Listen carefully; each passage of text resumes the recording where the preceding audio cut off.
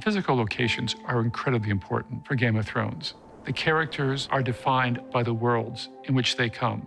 We all do love to go to Iceland. It's just beautiful. It's beautiful. Every day that sun comes up, it's a new gift to us, really. No matter how much visual effects may play a part in this, when you have a real location, then what you can imagine becomes more real. So the trick is working out where these playgrounds are going to be.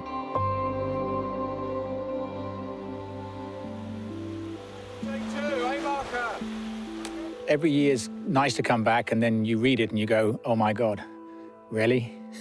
It just gives it a sense of reality, you know? To get that journey, that sense of them trekking across this landscape, we need to come to a landscape like it. We can't paint it in or film it in Belfast. The joy of my job is we get to come to these locations that are just, it's extraordinary. As wonderful as Belfast is, you can't get the spectacular sweep of locations and vistas you get in Iceland and Belfast. You can't get the warm light, the different terrain, and the vegetation that you get in Spain. Spain, I'm everywhere, and it's amazing. Just, it's glorious. It kind of takes your breath away. You never feel like you're in a green screen world when you shoot. You never do. You're always on a real location.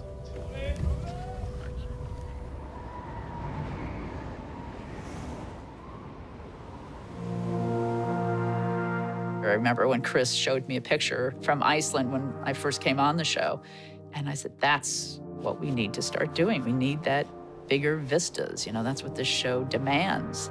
Iceland's always been north of the wall since season 2, and I think you'll find landscapes like this wouldn't have been imagined for map paintings unless we'd come. It's very challenging to shoot in Iceland. You know, it can be very cold, and that's hard. Guys are pulling focus with their freezing fingers. I don't know how they do it. Light is the given. That's the non-changing thing. It'll always be less light in the winter here. You are on the set and waiting for the sun to rise. Once it rises, you only have about 5 hours to shoot, and so we just haul ass and try to shoot as fast as we can. There's something magical about turning up to set, and then the light appears and you see what you're shooting in. This is going to make the episode what it is. It's incredible, and I think to give North that kind of wild quality, Iceland is the only place to be.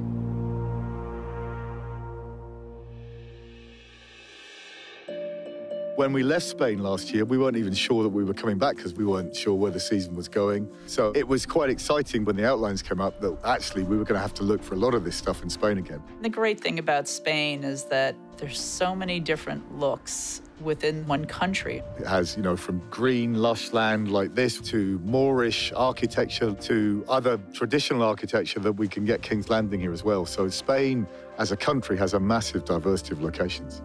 Coming to this location, it could have been any number of countries. Something kind of ancient and epic about it. It's an amazing place to come.